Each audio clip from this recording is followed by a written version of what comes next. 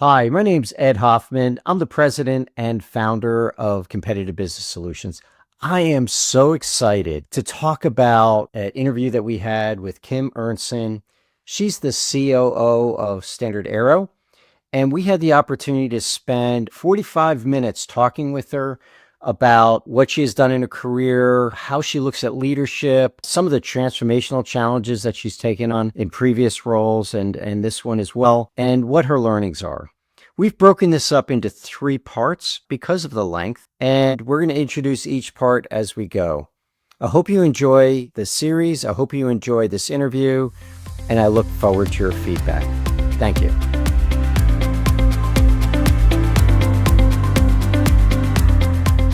Hi, I'm Ed Hoffman. We're here celebrating our 25 years in business, and I'm joined today by Kim Ernzen for this podcast.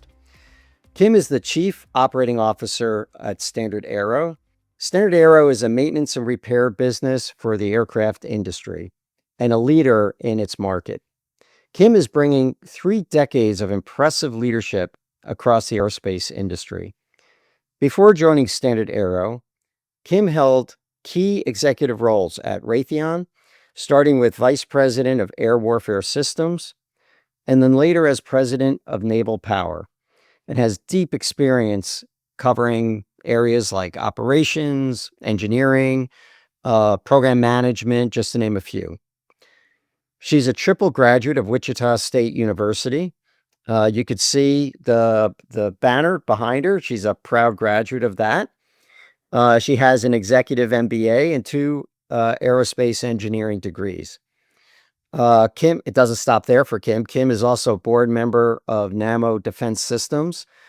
NAMO is a company that's bringing solid rocket motor product to the U.S. aerospace business.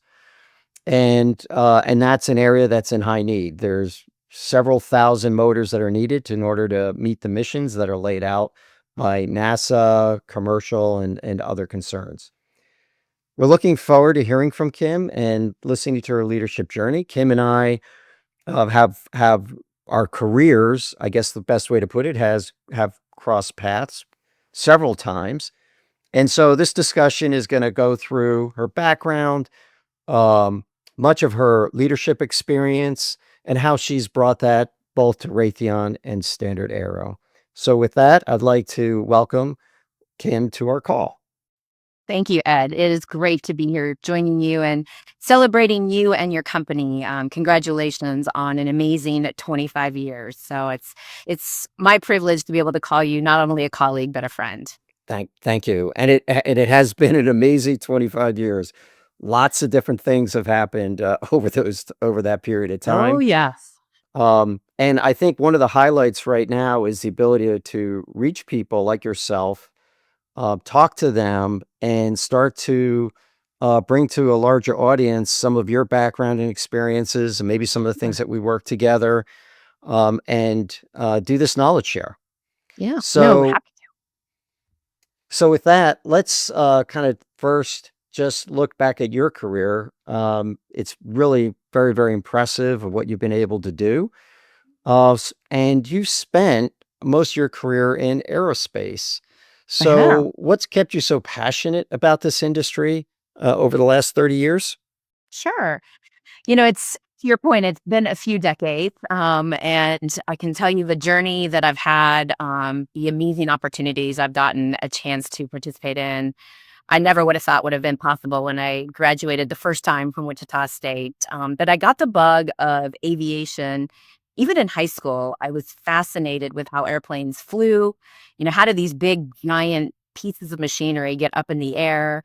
I always loved math and science, was not a fan of, English and that kind of stuff. And so I tended to naturally gravitate more toward solving problems and equations, and back in that day, it wasn't like we had this amazing thing called the internet. So I can remember going down and talking to my school counselor, and they said, you probably would like engineering. And I honestly really had no idea what engineering was. And I was like, hey, sounds great. I'll go. And they said, oh, by the way, you'll be one of the only women. So, probably up your odds for dating. Okay, well, that was a funny story, right? Because if anybody's been in engineering school, yeah, it's an interesting a pool of men that are in there. But that aside, I ended up going to Wichita State and absolutely loved my engineering degree. Wichita State has a great wind tunnel, so you get to do a lot of like hands-on experience. And then, of course, Wichita, it's the general aviation capital of the world. At that time, you had Learjet, you had Cessna, you had, the former Beechcraft that had been bought by Raytheon. Of course, you had Boeing there that had their military, eventually spun off and had their part of Spirit. But it really is just an amazing, place for aerospace engineers. And so started my career with, actually first year was at Cessna, which was interesting. And then got a chance to go over to Raytheon as a contract engineer. And career just kind of took off from there. And I've done everything from engineering, which was great, doing the technical. And it was actually when I was back in school getting my master's at Aero that I kind of realized, while I love the technical and I love the hard problem solving, I really liked the business side and started to show interest in wanting to get more on customer interfacing, learning about the P&L. And so, of course, at that point, I had 2 technical degrees. And I'm like, well, I guess I got to go back a third time, get an MBA to broaden my business acumen and not get pigeonholed. And had a couple of great mentors that pushed me out of my comfort zone, had me do a stint in customer support and really learn that side of the business, which, it's one thing when you're designing and you think you're like solving really hard technical problems. It's another when you get to listen to your customers tell you how the product may not be meeting their expectations always. And it teaches you a lot about, oh, okay, how you have to approach things a little differently. So um, once I got done with the customer support, I got a chance to come back and really get into the P&L, which is where, I really loved running everything from, the IRAD piece of the business to what do we do after we deliver it from a customer service perspective and everything in between. So, as many of you know, Raytheon was divested in 2007. So when you talk about all the life cycles of business, I've also had a chance of being, part of a divestiture, getting bought by private equity, thinking you're going to go take it public. Only 2008 happened, a financial collapse. And then went back to Raytheon, learned the whole government side. So once again, I found myself getting way out of my comfort zone because I, knew I needed to get back to a company that valued human capital, and I knew nothing about the defense. And that's how I found myself in Dallas, learning all about radio frequency devices and things that, I often joked I could barely spell RF, and had to learn a lot about high volume, high technology operation. I was used to a quarter of a mile factory with piece parts coming in the back and an airplane going out the front to what it felt like the size of a garage doing thousands of devices a month, right? And so So that's we, when I first met too, I yes, think. I was going to say, so we first sort of met or knew of each other at Raytheon Aircraft that later became Hawker Beechcraft, which Exactly. was a really exciting time for me because Mhm. our firm was doing work with Raytheon Aircraft and we were being sponsored by the leadership team, by the I CEO, Jim Schuster, I thought was amazing, Bob Oh, yeah. Horowitz, a number of other leaders in that business. And that was a business that was not in a great position initially and needed to do some turnaround. And so if you would like, could you share a little bit about maybe that activity and that turnaround, maybe how that has affected your leadership and some of your leadership skills? Yeah. And then maybe we'll move over to Raytheon and how maybe some of the experiences there, because funny enough, once again, our careers sort of intersect again, or at least our consulting Yeah. practice and Raytheon. Yeah, no, absolutely. I mean, so to your point, Jim Schuster was our CEO at the time.